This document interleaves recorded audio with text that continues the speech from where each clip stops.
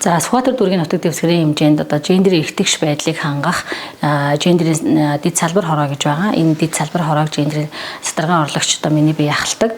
За өмнө нь бол гендер гэдэгт бол зөвхөн одоо охид эмэгтэйчүүдийн эрхийн асуудлыг ярьдаг байсан бол одоо гендер гэдэгт бол хүйсийн тэгш хандлага, тэгш оролцоо, за тэгш боломжийг бол ингэж ойлгож байгаа.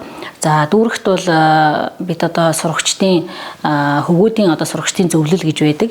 За энэ одоо хөвгүүдийн зөвлөл маань бүх одоо сургуулийн одоо эрэгтэй хүүхдүүдийн сурагчдын маань одоо эрх ашигыг хамгаалах, за мөн одоо энэ сурагчдын зөвлөлөөрөө дамжуулаад төр засгийн бодлогот хөвгүүдийн одоо эрх ашигыг хамгаалах, за энэ чиглэлээр одоо гол зорилго болгож үйл ажиллагаагаа явуулдаг. За би бол өөрөө 5 хүүхэдтэй, 3 охин, 2 хүүтэй. За бид одоо өнгөрсөн хугацаанд эцэг эхчүүд ямар нийтлэг ойлголт байсан гэхээр охтууд гэхээр зэрэг гэрээ цэвэрлэдэг, хоолоо хийдэг, хөвгүүд гадна талынхаа хүнд хүчээр ажлыг хийдэг.